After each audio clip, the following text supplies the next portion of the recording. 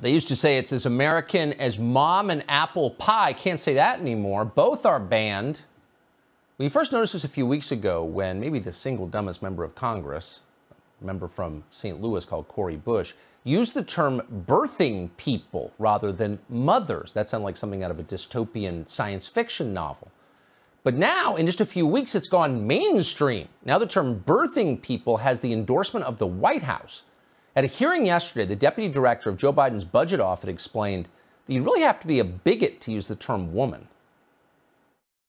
The budget requests $26 million to reduce maternal mortality and eliminate race-based disparities in outcomes among, quote, birthing people. I've never heard the term before. Can you explain what it means? Absolutely. There are certain people who do not have gender identities that apply to female or male. So we think our language needs to be more inclusive in how we deal with complex issues. This is maybe the least complex issue ever addressed. Mothers give birth, fathers don't. Children are the product of a mother and a father. That's not politics, it's biology. And if you're forcing the rest of us to deny it, then you are a totalitarian who seeks to control reality itself, which is beyond your purview by definition. And it's not just the budget office that's doing this. This show has obtained a document from the Federal Reserve, the internal website at the Fed that its employees read. It's a memo on bias-free language, but of course it's very biased. It instructs staffers not to use words and phrases that may be considered offensive. What's offensive? Founding fathers, man-made, and singular pronouns like he or her.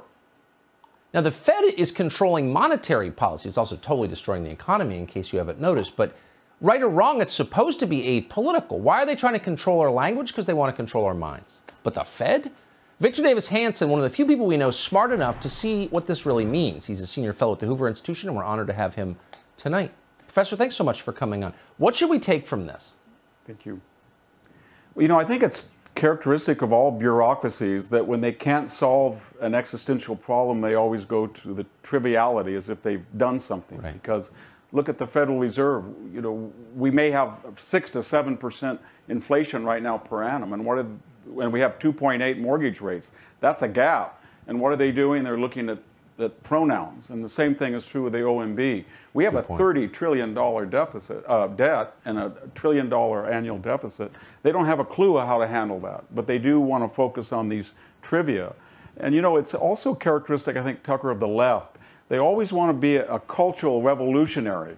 So they want to go back in the past and cancel people out and rename streets and buildings and universities and topple statues and change the language. That's what the Soviet Union did. And then they think in the present, starting in year 0, and then here we go in the future, that according to our plan. So the Biden administration believes that after 1,000 years of usage in the English language, they and their infinite genius have invented new words that nobody ever thought of, and therefore this is the beginning of a new, I don't know, paradise or utopia. It's also, I think, Tucker, it's sort of giving an answer for a question that doesn't exist or a solution for a problem that doesn't exist. It's kind of like the Jussie Smollett syndrome. There is no victimization rampant, so they have to come up with these psychodramas so they can feel that, wow, we're a polarized society and we don't have equity or fairness. But these words were here for a reason. They're specific. I think it's very important that people realize that while the founding fathers, their achievement was not because they were male, but they transcended their sex.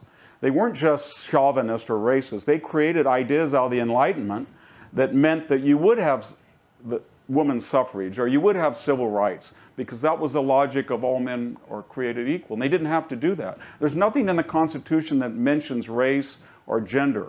And so that they were male is, you know, incidental, but it's important to see how they did. I think it's important for us to not say that Queen Victoria or Queen Elizabeth or Madame Curie or Helen Keller was a woman and that's who she was, but I also think that it enriches history to know that they were women and they transcended their situation. So I don't want to go and recreate language and then in an Orwellian fashion and make us all just sort of nothing, collective blah.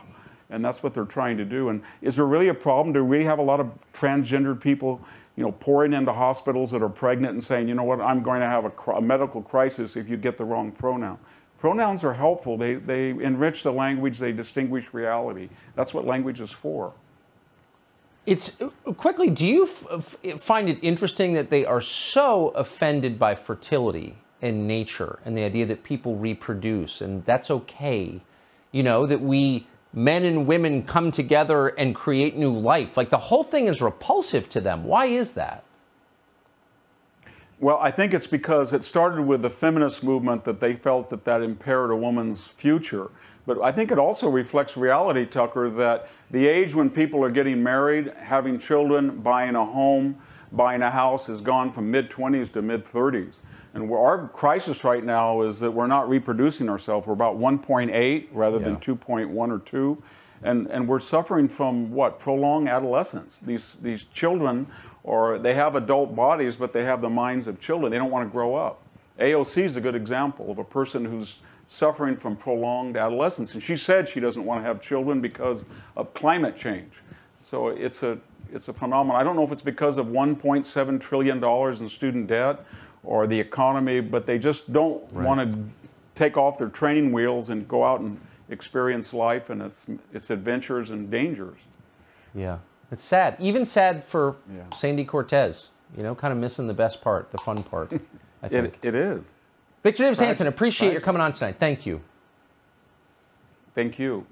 Hey, Sean Hannity here. Hey, click here to subscribe to Fox News YouTube page and catch our hottest interviews and most compelling analysis. You will not get it anywhere else.